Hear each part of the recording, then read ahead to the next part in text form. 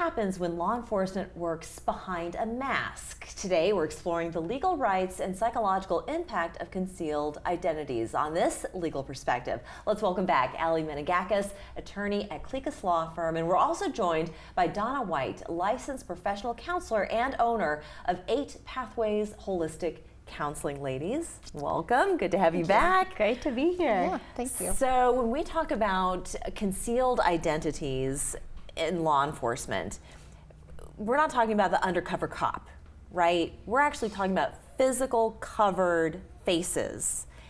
In relation to, one recent example are the ICE raids that took place here. So why is that posing an issue? You know, there's so many issues that come up when we talk about concealing our faces. You know, one of the reasons Donna's here is she's going to talk about the psychological effects and why that's very disturbing for a human to deal with someone that's masked when they're detaining them. But from a legal standpoint, a constitutional standpoint, you know, one of the foundations that our democracy is founded on is transparency, accountability, right? We do not want a government that is overpowering, that is secret. Right? We are not in an authoritarian regime. We are in a democracy where we want to hold our government accountable for the power that they yield over civilians. And so when you have a situation like law enforcement on the street, and frankly, even undercover operations, there is always a goal for transparency. You know, when you voluntarily become a government agent, whether it is a law enforcement agent, an ICE agent, a judge, a prosecutor, you're taking on this huge responsibility and this power over civilians and citizens. And with that comes responsibility and accountability.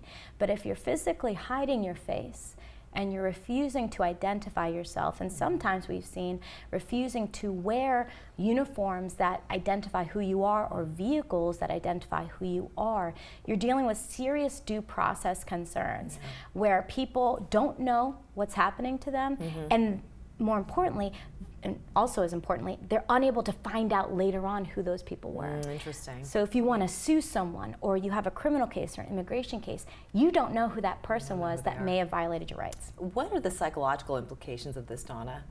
Yeah, you know, when law enforcement, when they come in and they're masked, the impact psychologically is beyond the political and policy piece, right? It touches on something fundamental to human development. When we're infants, we are wired to look at faces. We recognize facial expressions as a way to assess safety. So when people's faces are hidden, it really takes away from that primal safety mechanism and leaves people really dysregulated. Observing law enforcement coming in masked into the communities can be really traumatizing and create a lot of psychological harm, such as anxiety, PTSD, trauma, mistrust.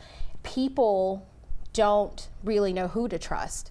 And more importantly, or just as importantly, they don't know if what they're witnessing or experiencing is actually lawful or even real.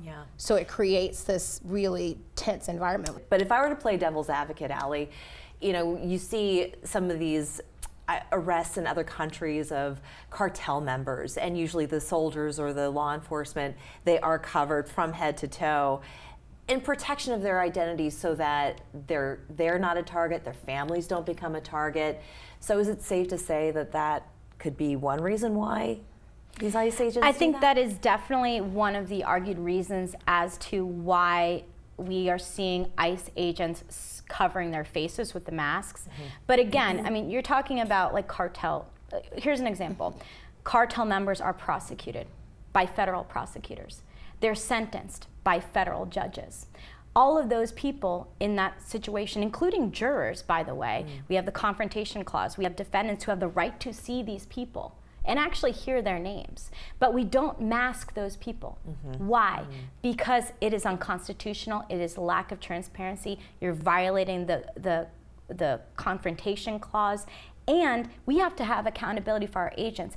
And unless we're gonna be masking everybody that could potentially have impact on anyone and is afraid of repercussions, which as we know in this day and age with social media, it's pretty easy to happen, Indeed. then we're going to be masking everybody.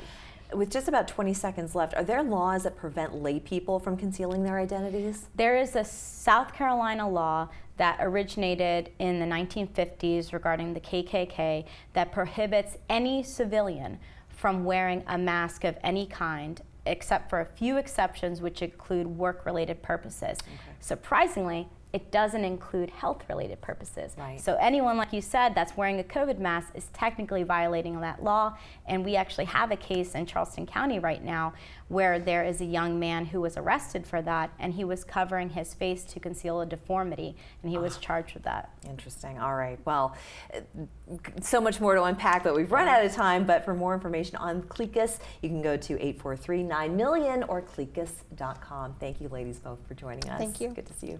We're back after this.